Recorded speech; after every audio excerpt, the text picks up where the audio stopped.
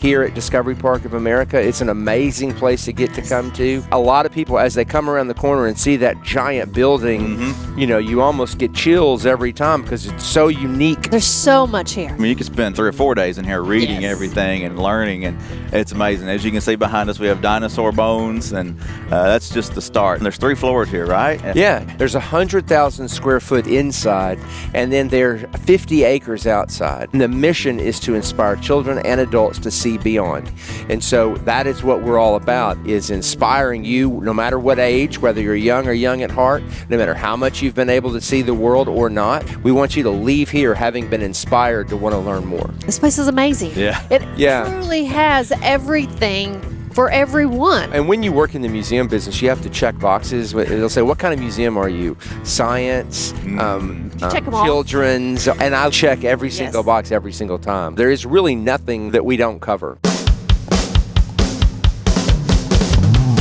The award-winning Tennessee WildCast is on the air with the latest on hunting, fishing, boating, wildlife watching, and all things outdoors. Make welcome your host, drummer and outdoor expert novice, Jason Harmon. Hello, everybody, and welcome to this edition of Tennessee WildCast. We're glad you're tuning in. Thanks for watching. Thanks for listening. If you're watching today, you may see that we're in a different place. Miss Amy Spencer is helping me co-host today, and we are at Discovery Park of America, which is an awesome place here in Union City. If you haven't been here, you got to come check it out. And we're going to do a series of shows here that highlight the park and highlight wildlife and all kinds of fun stuff. Amy, thank you for helping co-host. And this is a place that is for every age, from kids to our age to your history, your war collection here is impressive. Yeah. So I know my dad would love it if he would, if I could get him here. He's in East Tennessee, but he'd love it. We're for the young and the young at heart. Yes, you There are. you go. You're for everybody, and it truly is an amazing place. Yeah, it is. It's awesome. It's a lot to see and a lot to do, and I'm going to try to get Jason to go down that big slide today. No, I'm just kidding. Hey, I'll do it. We'll put that on the show. But we're here with Scott Williams. He's the CEO for Discovery Park. And Scott, we appreciate the hospitality, and thanks for having us. Yeah, thank you so much for coming. It's great to have you guys here. I'm excited to dive in here and learn about you and learn about the park. And I want to start there. Just introduce yourself. Tell us how you came to this spot and maybe a little bit of your past, how you got here. Sure, absolutely. So I am originally from Memphis, Tennessee, so I am a West Tennessean. All right. My ancestors go all the way back to 1831 when they settled Haywood County, Tennessee. So West Tennessee's in my blood. I love genealogy and Tennessee history. So I was working at Graceland for the king of rock and roll. Wow. And ended up moving to Washington, D.C. just because I could be right across the street from the Library of Congress. And so I could do a lot of research and things like that. So I got homesick and was wishing I could be back here in West Tennessee with my friends and my family. And Discovery Park of America had a position open that I was able to apply for and get. And so here I am. It's been 5 years here at Discovery Park of America. It's an amazing place to get to come to. A lot of people, as they come around the corner and see that giant building, you almost get chills every time because it so stands out, so unique from anything else, anywhere else. Right. And so still every day, 5 years later, I still get that feeling every single day when I come around that corner. Yeah. Do you still learn something new every day here? Every single day. I figured, because there's so much here. All of us talk about how, we'll see something and say, has that always been there? And, every day we see or learn something different. Yeah. Yeah, there's a lot of great information. These placards, I mean, you can spend all day, you spend 3 or 4 days in here reading everything and learning, and it's amazing. As you can see behind us, we have dinosaur bones, and that's just the start. Here's floor number 1. There's 3 floors here, right? So 3 floors. There's 50 acres. So there's 100,000 square foot inside, and then there's 50 acres outside. And the genesis of Discovery Park is that Robert Kirkland, who was a philanthropist here in this area, who started the store Kirkland's that some folks may be familiar with. He wanted to create a center of education. And so he put an ad in the paper that said, I'm going to create a center of education for this region. If you want to join me, meet me at the library on this date at this time. And so 250 people showed up that day. He had divided the room into sections. So he had science, he had nature, he had history, and he said, go to the table that you're the most interested in that topic. And so everybody got up and did, and then he said, you are the committees. I want you to bring to me what you think should go in a museum or a center of education in your topic. And that's what happened. And so impressive. Yeah, so he gathered all that and he took it to museum professionals and he said, this is what I want. He ended up investing more than $100 million to have this built for the people of this region. Wow. And the mission is to inspire children and adults to see beyond. He had gotten to travel around the world and he wanted to be able to share that experience with people who he knew may not ever get to leave West Tennessee. And so that is what we're all about, is inspiring you no matter what age, whether you're young or young at heart, no matter how much you've been able to see the world or not. We want you to leave here having been inspired to want to learn more. I know the couple times we've been here, we've always learned something new. And your Reelfoot collection, which is a local collection, which is a very impressive. Yeah, it's and that's getting ready to grow. As we were talking earlier, we've been researching a new exhibit called Duck, Duck, Goose, Waterfowl of the Mississippi Flyway. Okay. And so we've been working with Ducks Unlimited and a lot of the folks at Reelfoot Lake on telling that story. Of course, duck hunting and conservation is a big part of what they do out there at Reelfoot Lake. And so we wanted to be able to sort of help tell that story here, almost like as part of a visit to this area. Maybe you go out there and check out Reelfoot Lake and then come here and learn all about it. Living here for the last 5 years, of course, I'll see the ducks and the geese flying like we just did a while ago. But I didn't know a lot about it, and a lot of our visitors, I think, will be learning about that for the very first time. Yeah, I think that's awesome. And as things change, our exhibit, you mentioned that exhibit is coming or changing. Do all the other exhibits kind of change and transform and adapt to what's hot at the time, maybe, or how does that work? Yeah, we do a lot of what Robert Kirkland did at the very beginning. We bring people together and we say, what are we missing? What else needs to be told? We had a lot of agriculture folks letting us know that they felt like we were weak in the area of agriculture. Okay. And this area, of course, is one of the biggest ag areas not weak. of Tennessee, right? Of the United States, actually. And so we wanted to tell that story. So we brought farmers together, ag educators. We even had a focus group, which I loved, of young people, of people that were 9, 10, 11 years old. Oh, wow, and asked them, we asked them, describe a farmer today. Of course, they said boots, old, man. And so that Tractors.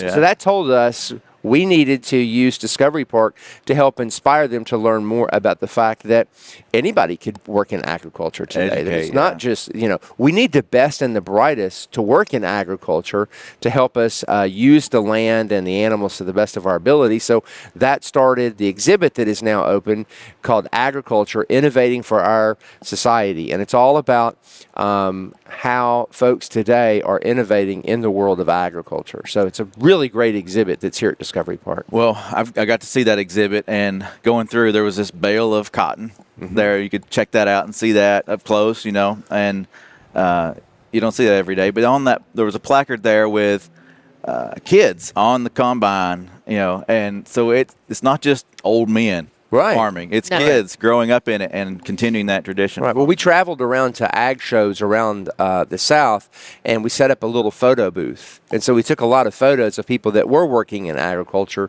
So all throughout the exhibit are more than 250 photographs of men and women and black and white and Asian and all different, races and ages, and so that people can come in and see, oh my gosh, anybody could work in agriculture. Oh, definitely.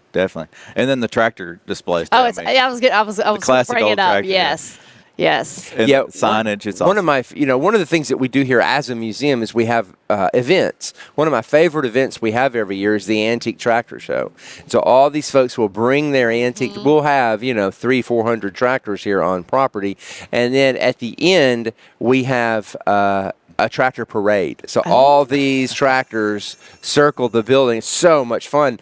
And a lot of times, one of my favorite photographs I took last year during it was this, obviously a grandfather holding this young boy, and helping him drive the tractor. And I thought that's what it's all about, passing that knowledge along from one generation to the next. Yeah, that's awesome.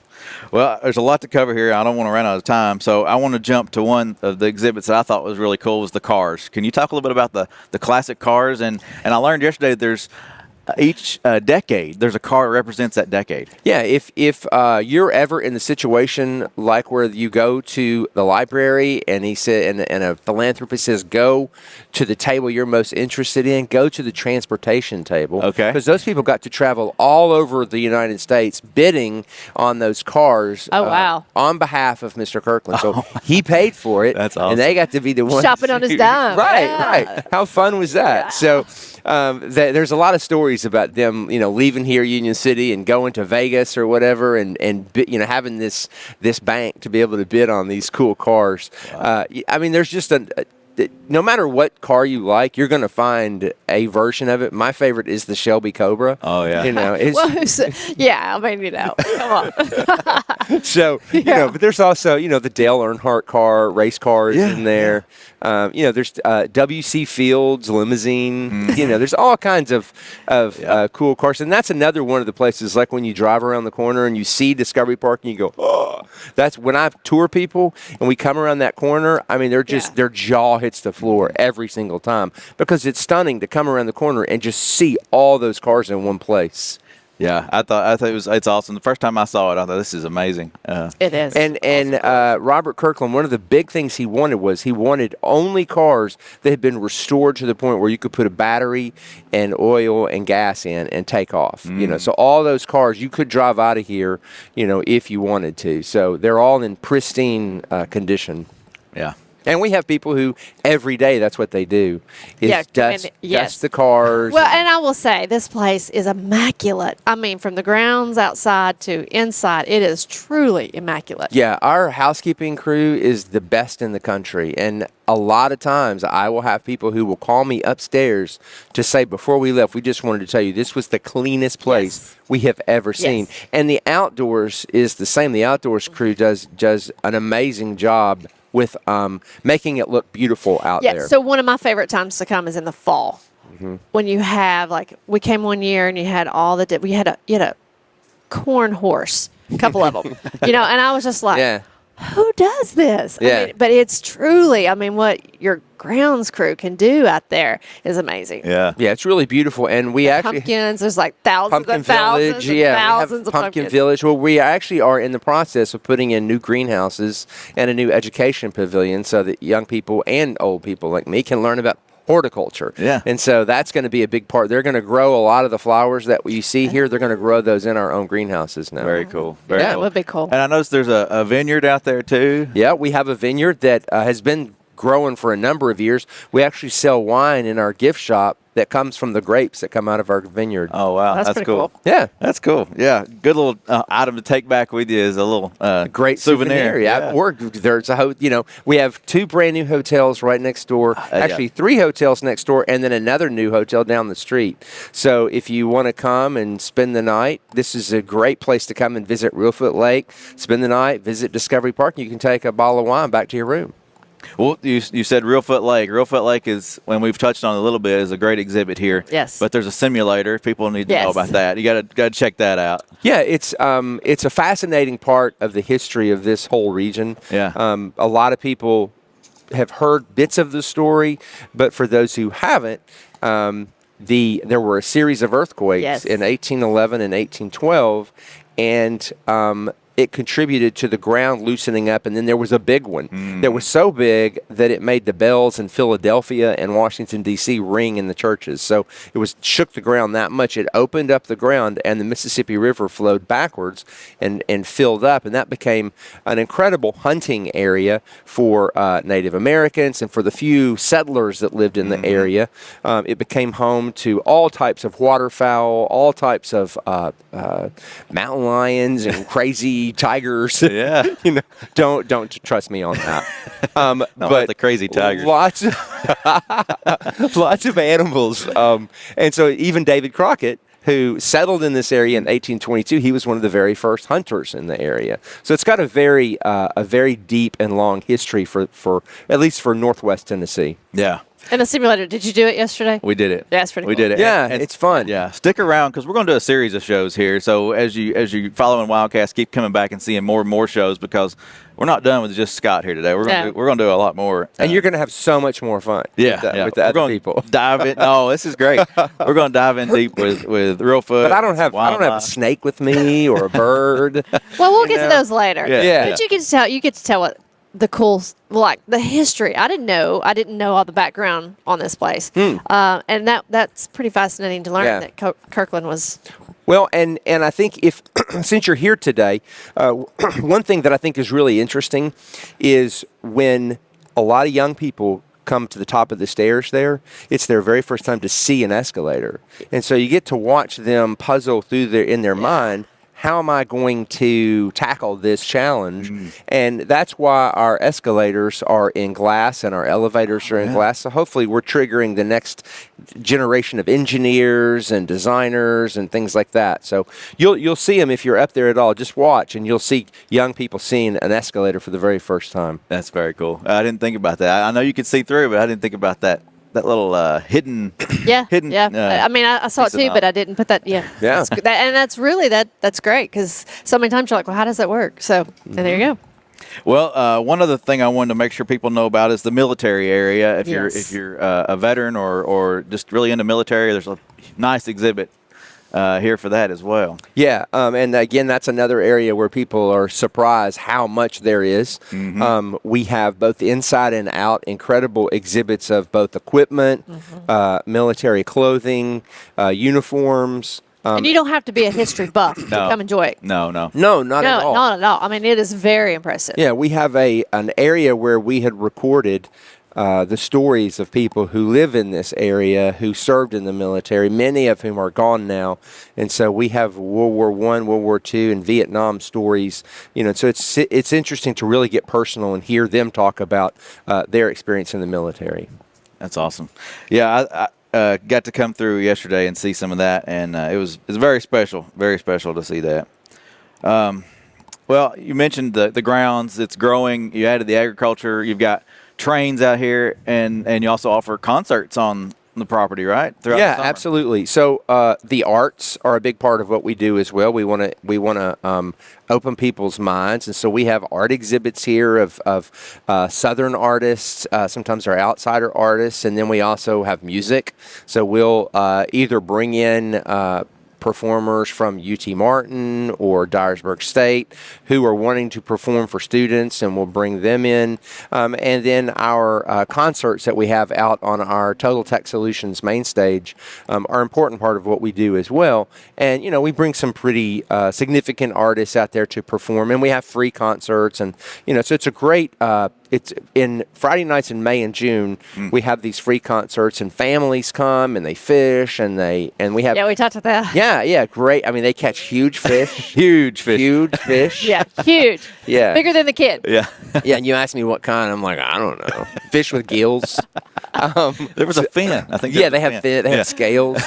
But anyway, so no, they're we have themed food nights each night. I saw that on one of the ads. I saw it in the bathroom, but I was like, ooh, food trucks. Yeah. We have great food. We had barbecue this past Friday night, and we had fish the next. So you had Friday wings. So wings? We had wings night. And, Wing night. Yeah. So it's a big part, of introducing people and hopefully inspiring them to learn more about other kinds of music. We'll have jazz one night, and the Jackson Symphony Orchestra comes sometimes and performs. And Nice. So anyway, music and arts and culture is a big part of what we do as well. Yeah. That's And if you haven't figured out, this place is amazing. Yeah. It Yeah. truly has everything for everyone. I mean, you can just, this is what I want to go see, but you really need 2 days here. Yeah. Well, and when you work in the museum business, you have to check boxes. They'll say, what kind of museum are you? Science, check 'em all. children's, art. And I literally check every single Yes. box every single time. So there is really nothing here that we don't cover.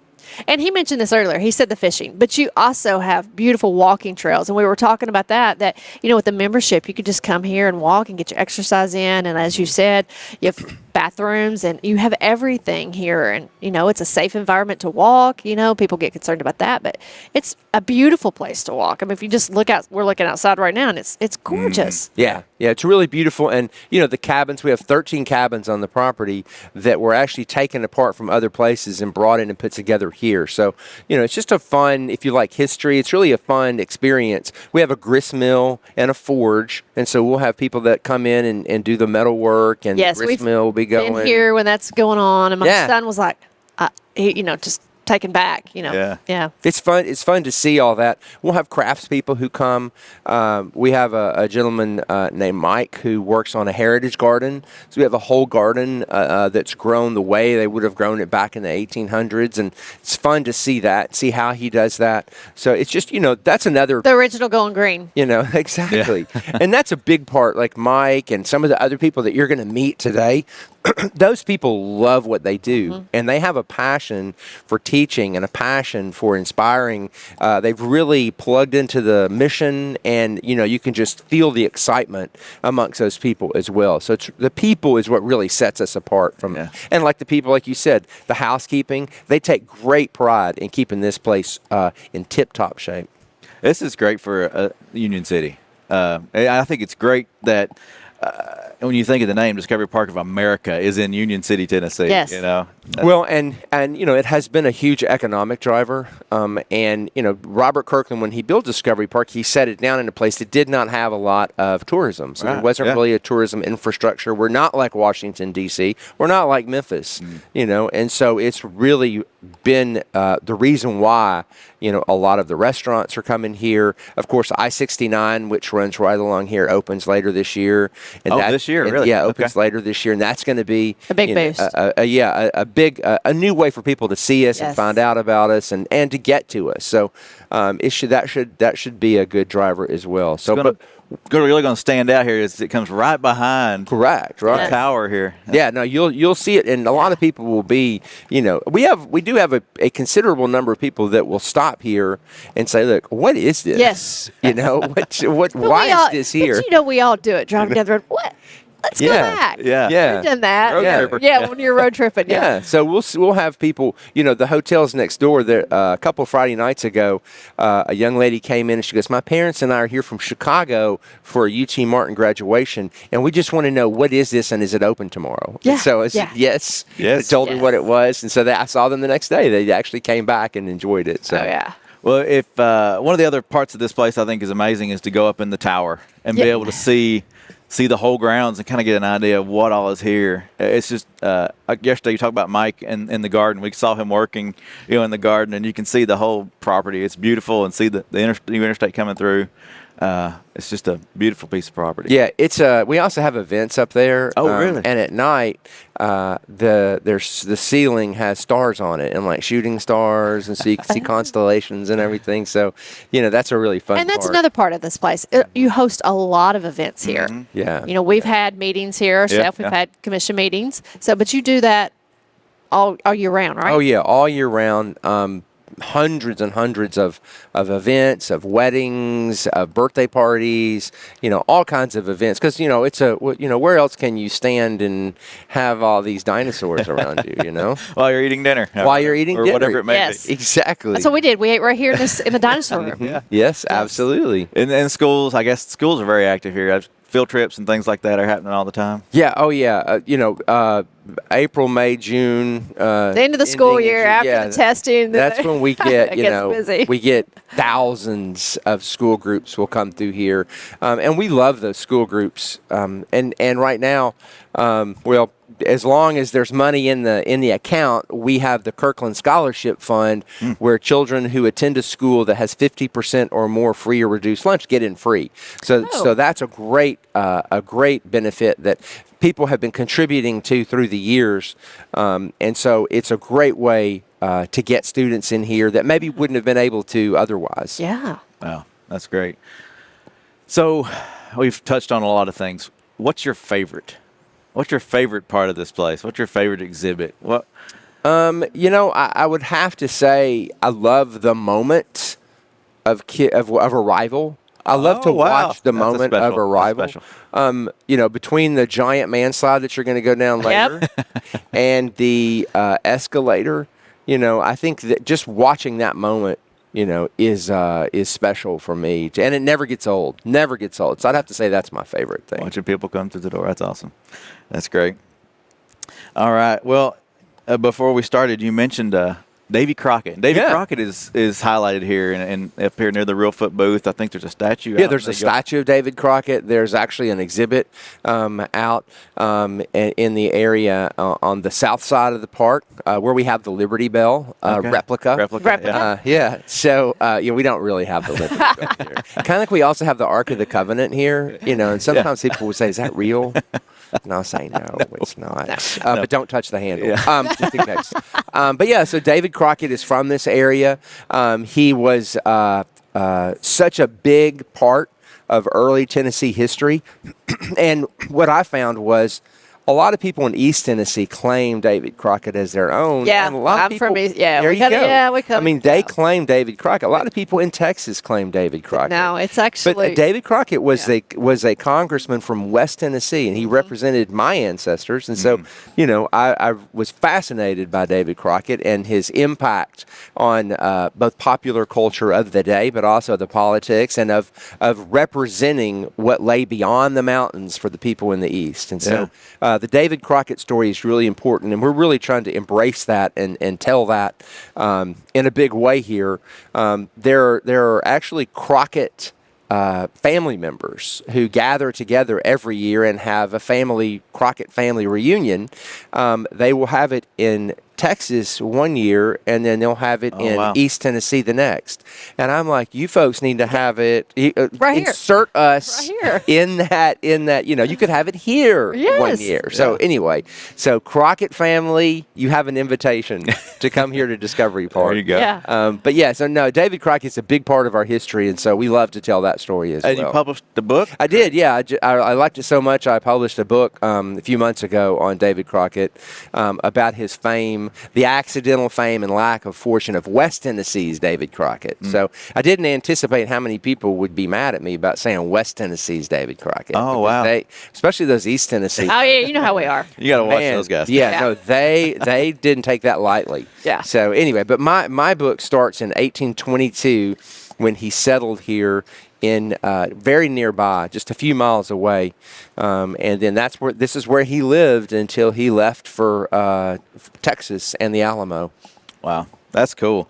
So, if somebody wants to find this place, check out your website. How do people find information about Discovery Park? DiscoveryParkofAmerica.com, and then Facebook. We always post everything on Facebook. I'm a follower. Yeah, excellent. Thank you. So follow us on Facebook, and you'll find out everything that goes on here. Awesome. Well, Scott, I appreciate it so much. It's been fun. Learned a lot. Learned more than I learned yesterday. It just keeps adding up. And everybody's going to see a lot more of this place. A lot more. Yeah, we're going to do a series of shows. Like I said, keep coming back to Tennessee WildCast and learn all about Discovery Park. We're going to talk about wildlife, Reelfoot, some birding and some music. So it's going to be fun. Sounds good. Thanks again, Scott. I appreciate it so much. Thank you for coming. Amy, thank you. If you like this show, keep coming back. Tennessee WildCast. Find us on Facebook. Find us on Instagram. We're on Twitter. follow us in your favorite podcasting platform. And if you like us that much, you can listen to us on the radio. You can find us on TV channels. It's all over the place. Just visit our website, tnwildlife.org, and find us there as well. Thank you, and we'll see you next time. Thanks for tuning in. Stay connected with TWRA by visiting our website at tnwildlife.org and follow us on Facebook, Twitter, and Instagram. Hey, it's all about Tennessee wildlife. It's what we do. Tennessee WildCast will be on the air again next week. We'll see you then.